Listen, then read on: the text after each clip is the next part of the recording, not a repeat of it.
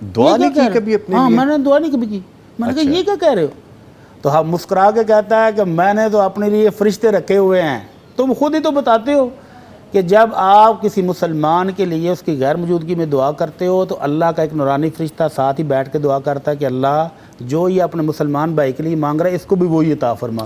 تو وہ کہتا ہے میں نے تو اپنے لیے فرشتے رکھے ہوئے ہیں دعا کرنے کے لیے, میں دوستوں کے لیے مانگتا رہتا ہوں, میرے لیے فرشتے مانگتے رہتے ہیں. فرشتے مانگتے ہیں. تو یہ بہن ہمارے لیے دعا کریں, انشاءاللہ تو ان کے لیے اللہ کا نورانی فرشتہ دعا کرے گا. انشاءاللہ. تو یہی وظیفہ ہے کہ یہ دوسروں کے لیے دعا کرتی رہیں کہ اللہ ان کو بھی عمرے کی زیارت نصیب فرما دے, اللہ ان کو حج کی زیارت نصیب فرما دے. تو ان کے لیے اللہ کا نورانی فرشتہ دعا کرے گا کہ اللہ اس نیک بی بی کو بھی اپنے گھر کی زیارت نصیب فرما دے. ٹھیک. تو ہماری بھی دعا ہے کہ اللہ تعالیٰ ان کی نیک خواہش کو پورا فرمائے. آمین آمین. ٹھیک ہے جی, آگے پوچھا گیا ہے کہ اگر والد صاحب نے ایک گھر کو آدھا اپنے بیٹوں کے نام اور آدھا اپنی بیوی کے نام پر رجسٹرڈ کروا دیا تو اس کی وراثت کس طرح تقسیم ہوگی, اور اگر اس گھر میں ایک پورشن ایک بیٹے نے سارا اپنی کمائی سے بنوایا ہو اپنی فیملی کے لیے الگ سے, تو تب اس پورشن کی الگ وراثت ہوگی یا وہ گھر مکمل سب بہن بھائیوں میں تقسیم ہوگا؟ ہاں جی, جو بھائی نے اپنے پیسوں سے والد سے الگ تھلگ وہ پورشن بنوایا ہے, والد کے اس میں کوئی کمائی نہیں تھی اور اس بیٹے نے الگ سے کما کے بنایا, تو وہ تو ظاہر ہے اسی کا ہے, جی. وہ تو وراثت میں تقسیم نہیں ہوگا. لیکن جو گھر والد صاحب نے اپنی زندگی میں آدھا بیوی کے نام اور آدھا بچوں کے نام کرا دیا, ہاں جی ایسے ہی ہے, تو آدھا وہ بیوی کے نام اور آدھا بچوں کے نام ہے, اپنے بیٹوں کے نام. تو اب یہ اگر تو ٹوٹل پراپرٹی ان کی یہی تھی تو پھر یہ ان کے لیے کرنا درست نہیں تھا. اگر اس کے علاوہ بھی پراپرٹی ہے تو پھر وہ اپنی بیوی کو آدھا دے سکتے ہیں اور بچوں کو بھی دے سکتے ہیں. لیکن اگر ان کی ٹوٹل پراپرٹی یہی تھی تو پھر اس کو شرعی طریقوں کے مطابق تقسیم کرنا ہوگا, اور والد صاحب کا یہ فیصلہ جو زندگی میں وہ کر گئے وہ غلط ہوگا. اچھا بٹ صاحب, اس میں ایک چیز جو مجھے یاد پڑتی ہے, اگر یہ صرف انہوں نے بیٹوں کا لکھا ہے تو اگر تو ان کی کوئی بیٹی نہیں تھی تو پھر تو چلیں اور بات ہے, لیکن اگر بیٹیاں تھیں یا بیٹی تھی اور صرف بیٹوں کا کر دیا, پھر بھی اگر بیٹے ہی ہوں ہاں جی, تو آدھا بیوی کا نہیں بنتا. شرعی اصولوں کے مطابق بیوی کا 8واں حصہ ہے جی, اور باقی سارا بیٹوں کا تھا. تو اس لحاظ سے بھی شریعت کے اصولوں کے مطابق ہی اس کو تقسیم کرنا چاہیے. ٹھیک ہے. اچھا بٹ صاحب, جو پورشن انہوں نے خود کنسٹرکٹ کیا, اس کا مطلب ہے کہ اگر گھر کی قیمت لیٹ سے 5 کروڑ ہے تو اس پورشن کی مالیت پہلے علیحدہ نکال لی جائے گی, پھر اس کے بعد ہوگی وہ باقی مالیت؟ حصے کی بھی تقسیم ہوگی نا. اگر تو وہ پورشن جو انہوں نے خود بنوایا ہے جی, تو اس کی وہ قیمت نکال لیں اور باقی جو بچے گا اس کی وہ تقسیم کر لیں شرعی طریقوں سے. ٹھیک ہے. اس کے ساتھ ہی مجھے بریک پہ جانا, اپنے معزز مہمانوں کا شکریہ ادا کروں گا. ہمارے ساتھ موجود رہے قاری سلمان شاکر صاحب. قاری صاحب آپ کے آنے کا بہت شکریہ. اور موجود رہے مفتی مولانا محمد اجمل بھٹی صاحب. سر آپ کے بھی آنے کا شکریہ. ہاف تھینک یو کروں یا فل تھینک یو کر دوں آج آپ کا؟ آپ درمیان میں کہیں رہا. اچھا چلیں ٹھیک ہے جی, ملاقات ہوگی جی انشاءاللہ دوبارہ بھی. اور بریک پہ جا رہے ہیں اور یہاں پہ آپ کو بتاتے چلیں کہ ہمارا پروگرام صبح وطن آپ تک پہنچانے کے لیے میں تعاون حاصل ہے Sufi soap and chemical industries, Darussalam international اور الطیبہ انٹرنیشنل کا. ملتے ہیں تھوڑے سے بریک کے بعد.